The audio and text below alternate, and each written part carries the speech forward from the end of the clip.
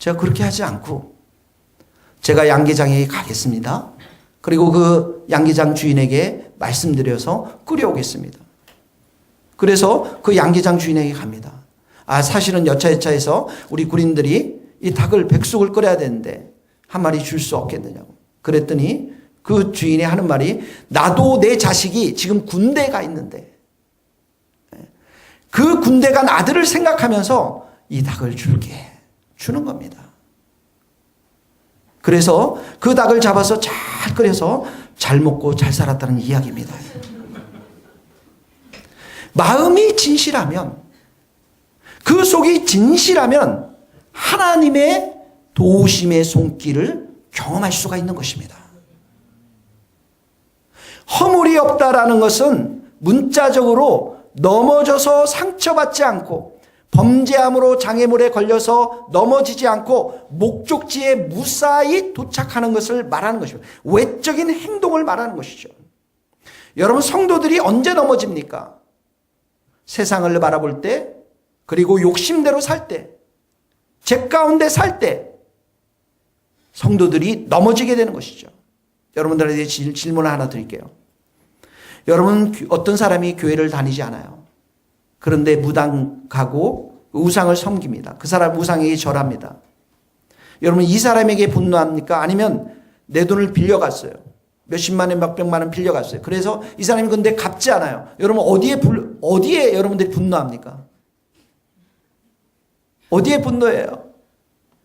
돈에 갚지 않은 것에 대해서 분노할 것입니다. 그런데 이것은 우리들의 옛날의 삶이었다라는 거예요. 예수님 믿기 전의 삶이었다라는 것이죠.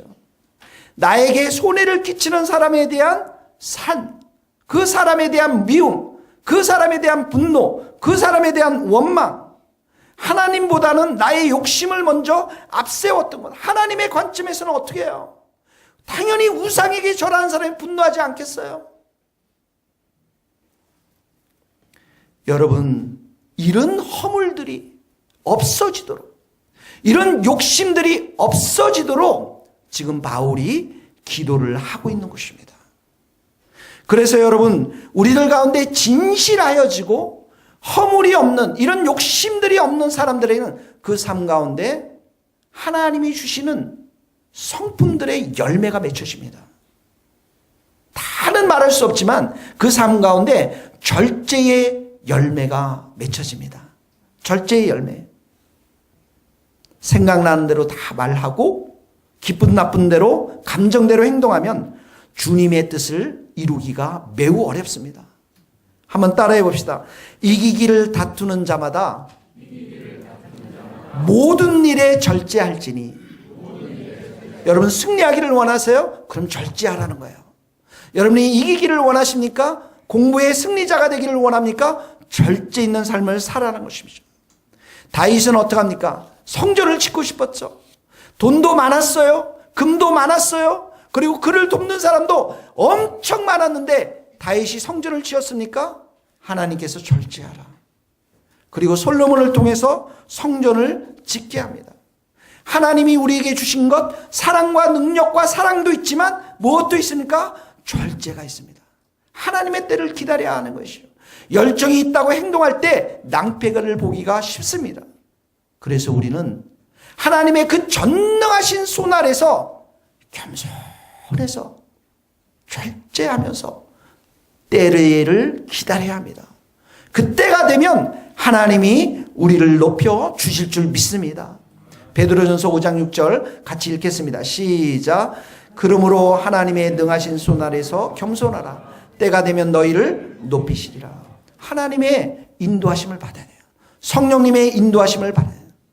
내 감정대로, 내 생각대로 치고 나가고 내가 빠르게 가면 갈수록 그 삶 속에서는 어려움들이 많습니다. 두 번째는 인내해야 합니다. 힘든 시간, 어려운 시간. 왜 사도 바울이 사도들이 되었다라는 첫 번째 표징이 무엇이라고 말했습니까? 오래 참는다고. 사도의 표가 된 것은 오래 참음과 모든 참음과 그리고 표적과 기사가 나옵니다. 모든 상황 속에서 참는 것입니다. 하나님은 여러분들에게 시험을 주세요. 여러 가지 시험을 줍니다. 왜 그렇습니까? 믿음이 단련되도록. 그 시련 속에서 믿음이 정금같이 되도록. 근데 그게 반드시 동반되는 게 있습니까? 무엇입니까? 인내라는 거예요. 인내할 때만이 우리의 삶이 온전하게 빚어지는 것입니다. 그러므로 사랑하는 여러분, 시련이 있는 것을 여러분 두려워하지 마시고 슬퍼하지 마시고 믿음 가운데 견고히 서서 인내할 수 있기를 바랍니다. 하나님이 반드시 여러분들을 향한 계획이 있는 줄 믿습니다. 야고보서 1장 2절 읽어봅시다. 내 형제들아, 시작. 내 형제들아, 너희가 여러 가지 시험을 당하거든 온전히 기쁘게 여기라. 이는 너희의 믿음의 시련이 인내를 만들어내는 줄 너희가 알미라. 인내를 온전히 이루라. 이는 너희로 온전하게 구비하여 조금도 부족함이 없게 함이라. 인내를 뭐라고요? 인내를 온전히 이루라. 따라해보세요. 인내를 온전히 이루라. 다윗에게 첫 번째 사무엘이 기름을 부음을 받고 왕이 될 때까지 몇 년이 걸렸습니까? 16년이 걸렸습니다. 16년. 마지막 그의 인생의 왕이 되어서 아들이 압살롬이 반역했을 때 그 왕궁과 예루살렘을 떠나면서 시므온이 저주하죠. 그렇게 놀리죠. 그때도 다윗은 어떻게 합니까? 참고 또 참았습니다. 부하들이 저놈 우리가 죽일까요? 했을 때도 참고 또 참았던 것이죠. 사랑하는 성도 여러분, 무엇을 하든지 10년을 하십시오. 거기에 열매가 있을 것입니다. 그게 하나님이 주신 깊은 곳에서 건져온 샘물이 있어요. 그 기쁨의 그 샘물이 있습니다. 세 번째는 여러분, 겸손과 함께 동역함입니다. 우리가 육신대로 살면 교만합니다. 성령 안에 살면 겸손합니다. 겸손은 성령의 역사 속에서 완성되는 인격인 것입니다. 그래서 겸손한 사람은 모든 사람들을 존중합니다. 근데 이런 겸손은 왕궁에서 빚어지지 않습니다. 광야의 땅에서 빚어집니다. 다윗을 생각해 보세요. 사울의 칼과 창을 피해서 광야 속에서 또 도망가고 또 눈물 흘리고 또 도망가고 또 눈물 흘리고 또 도망가고 그러면서 어떡합니까? 자신 안에 있는 야망들, 자신 안에 있는 욕심들, 자신 안에 있는 자랑들, 자신 안에 있는 힘들, 이 모든 것들이 다 죽고 오직 주님만 바라보는 겸손한 사람이 되었습니다. 사울은 광야를 그치지 않고 왕이 되었습니다. 교만한 왕이 되었습니다. 다윗은 이 광야를 그치면서 자신 안에 있는 제2의 사울의 그 욕정과 시기와 질투와 교만함들을 다 죽이고 다 십자가에 못 박고 오직 하나님만 바라보는 사람이 되었던 것이죠. 그래서 교만은 멸망의 선봉이요, 사울은 교만해서 멸망하게 되었고 겸손은 존귀의 길잡이니라. 다윗은 정말 하나님의 마음에 합한 사람이 되었던 것입니다. 거기 한번 읽겠습니다. 잠언 18장 12절 시작. 사람의 마음은 교만은 멸망의 선봉이요, 겸손은 존귀의 길잡이니라. 여러분, 무엇보다도 다윗의 영성은 혼자만의 영성이 아니었습니다. 그의 진실함과 허물함은 자신의 삶 혼자만 속에서 이루어지지 않았어요. 주위에 수많은 사람들과 함께 했습니다. 그가 광야 아둘람 그 동굴로 도망갔을 때 제일 먼저 그를 찾아온 사람은 그의 가족들이었습니다. 형제였습니다. 아버지였습니다. 그 집안 사람들이었습니다. 이제 설날이 되죠? 우리 가족들을 보기가 어려운 사람도 있을 것입니다. 그러나 염려 마십시오. 함께 보게 됩니다. 그 왜 함께 보게 하십니까? 하나님의 사랑을 이 사람을 품으라고 함께 또 모이게 됩니다. 그런 사람들 뿐만 아니었습니다. 환난을 당한 사람, 그리고 빚진 사람들, 마음이 원통한 사람들이 이 아둘람 동굴에 다윗 주위로 모여들었는데 몇 명이 모여들었습니까? 400명이 모여들었습니다. 그들은 스펙이 좋고 그들은 회사의 CEO고 사회적 엘리트 그런 사람들이 아니었습니다. 억울한 사람, 힘든 사람, 고통당하는 사람, 그리고 다윗을 누구보다 잘 알고 있었던 그 약점을 잘 알고 있었던 가족들이 함께 400명이 모여 있었습니다.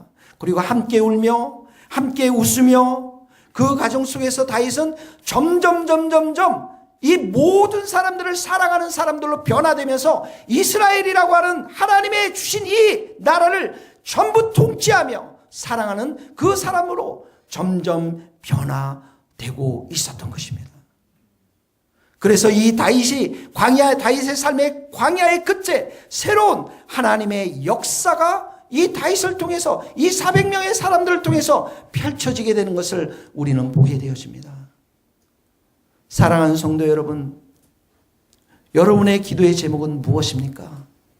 오늘 바울이 이렇게 지극히 선한 것을 분별하고 또 우리의 삶 가운데 진실하고 허물이 없어서 정말 이런 내적인 성품과 외적인 행위들 가운데 절제 있고 인내하고 겸손하고 그리고 여러 사람들과 함께하는 이런 열매들을 그 의의 열매가 충만하도록 바울은 지금 성도들을 위해서 기도하고 있는 것입니다. 우리가 한번 11절의 말씀을 같이 읽겠습니다. 시작. 예수 그리스도로 말미암아 의의 열매가 가득하여 하나님의 영광과 찬송이 되기를 원합니다. 여기 의의 열매라는 것은 바로 하나님과의 바른 관계 속에서 하나님의 뜻과 일치되어서 나타나는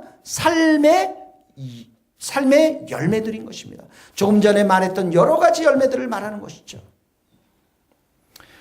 올 한 해 동안 우리 안에 이런 기도들이, 이런 기도의 응답들이 사랑이 점점 풍성해져서 지극히 선한 것을 분별하고 하나님이 기뻐하시는 것 분별하고 여러분이 누구인가를 분별하고 시대를 분별하고 그리고 진실하고 허물 없이 절제 있고 인내하며 그리고 겸손하며 함께 할 수 있는 놀라운 삶의 의의 열매들이 충만할 수 있기를 주님의 이름으로 축복합니다.